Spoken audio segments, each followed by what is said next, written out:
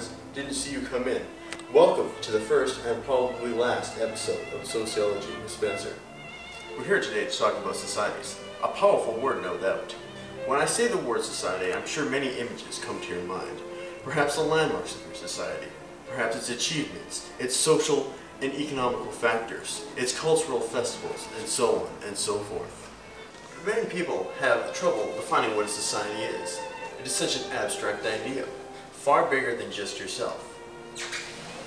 A society is defined as a collective of individuals who share both territorial and cultural boundaries. Such a broad concept makes it hard to escape the factors of a society that herd us into methods of speech, interaction, and eventually and ultimately our personalities. So how exactly do societal forces make up our character? This is not an easy question. Most of these forces are entirely invisible to us and hard to pick up on.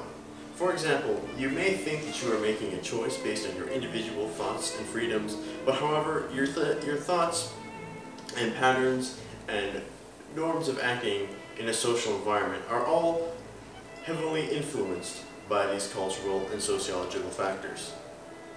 For example, the way we dress and how we act are heavily influenced by societal forces. For example, you may think you are getting dressed in a manner that is entirely unique and entirely your own, separate from everyone else in your society. However, every time you get dressed in the morning, the way you dress and the way you make your appearance known to others around you is heavily dependent on the norms and values of your society. But the question I want to explore is how do these forces come together in the creation of our personality and character? And what aspects of society have a particularly strong impact on our socialization?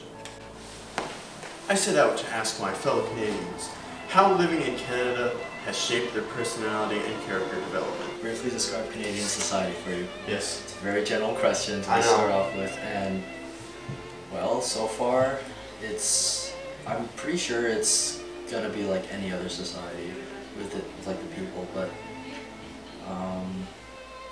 if we're comparing it to the Americans, they'll have the general idea that they're pretty stupid. Canada, the government, like universal health care, so we don't have as much stress as the other people, so I guess we don't jump to any irrational beliefs or assumptions about certain things to satisfy that inner insecurity. Alright, interesting. So, do you feel like if you were born outside of Canada, do you think you would be a different person, or do you think you would end up the same way? Well, I would be me, doubtlessly. Like, I would probably still, I think I would still inherit my mom. I have this belief that my stronger will was inherited from my parents. Okay. But it could also be through experience and such.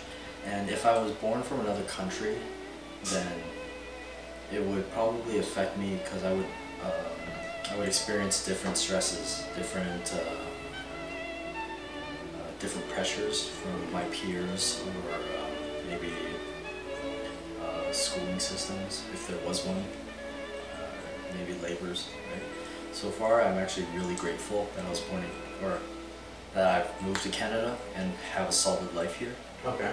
And yeah, being able to like have the freedom to do mostly of what I want, right? I'm not forced on a religion, or there aren't any religion barred from me. And you know, we can actually have like gay pride days without, you know, like without like there's a lot more equality here.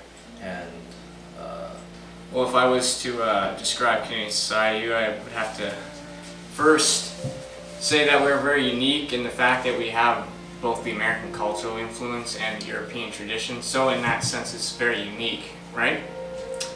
Like, if you look, we have the universal health care that Europe has, but we also do have a more strong free market system that the Americans have adopted, which has a reduced role for government. I would say that it kind of tries to meet the best of both worlds, and sometimes it works and other times it doesn't. And with our complicated relationship with the natives who were here before us, it's a very interesting society, no doubt. Alright, and do you feel that if you were born somewhere else, you feel that would make you a different person, or? I do, because I believe that culture and education is an offshoot of the society you live in, of course.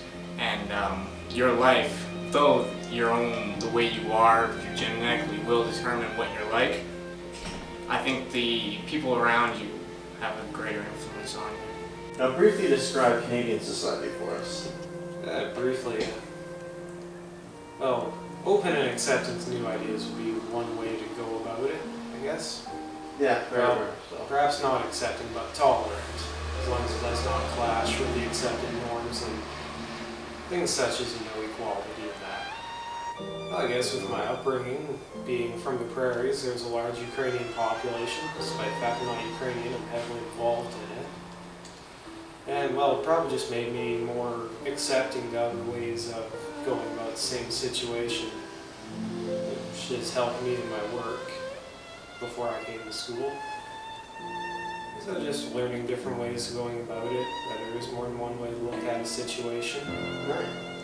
Well, probably a stronger emphasis on social decorum and being polite, and that there is no one set way of doing everything. There is other ways of looking at a problem. And probably not necessarily accept, but tolerate other ways. Fortunately, Canadian students were not the only students I was able to ask on the subject. I was able to track down some of the international students as well, and ask them to describe their societies to me, so I could compare and contrast to our own society here in Canada. Let's see what they had to say. Alright, so briefly describe Turkish society for us. Well, Turkish society is more like a big family, I should say. We just, people really like to respect each other and stuff. From the early ages, they teach us to respect our elders and be respectful with them, and parents too. And actually, that's one of the customs that we have in Turkey. And the other thing is we really care about our family values in Turkey too. Between parents and between siblings, it's really important for them to just get together and have some dinner or something. Or in the national holidays, you go to your grandpa's and grandma's home and they probably cook you something, and you just like have a great meal after that. And other thing is the Turkish society is, I believe, it's unique for its hospitality, because, for example, if you're like kind of tired or just bored or life is too much on you in a couple of days and stuff, and you just can go to your friend's house no matter when it is, and they'll just open up to you, and you can just have some couple of drinks and you can talk to them as much as you want, because they think this is the right thing to do. And another thing for the hospitality is like we never turn back our guests to just there. Like, we want to make them as comfortable as they want in our house, because we share our house and we share our food and we share our time with them, so that's pretty important. And other things, I believe what if I was born here in Canada, what would be the difference? Well, I believe, first of all, of course, the language and all those like family values here. I don't know that much about, of course, and it depends on the family to family too, but I believe there will be some difference about the family values too, and the way that I look at the people, or the way I live might be different. I would be, I don't know, I would be more individual characteristic. I would have that way instead of sharing the same stuff with other people. That would be different. I think the Swedish society is like, because we are such a small country, we're very dependent on other countries, and that makes us very aware of what happens around the world, and like when we are raised in like supposed to know about other countries, and not just your own country, and you're pushed to learn a lot of languages. How do you feel that, if you were raised in Canada, how do you feel that would have changed? I think like because Canada is such a big country, and it's a lot of like around Europe is like going around Canada, so I think I would not travel abroad as much as maybe I've done, and maybe I wouldn't be aware of what happens around the world, because like your own country is so big and you're not dependent on other countries in the same way.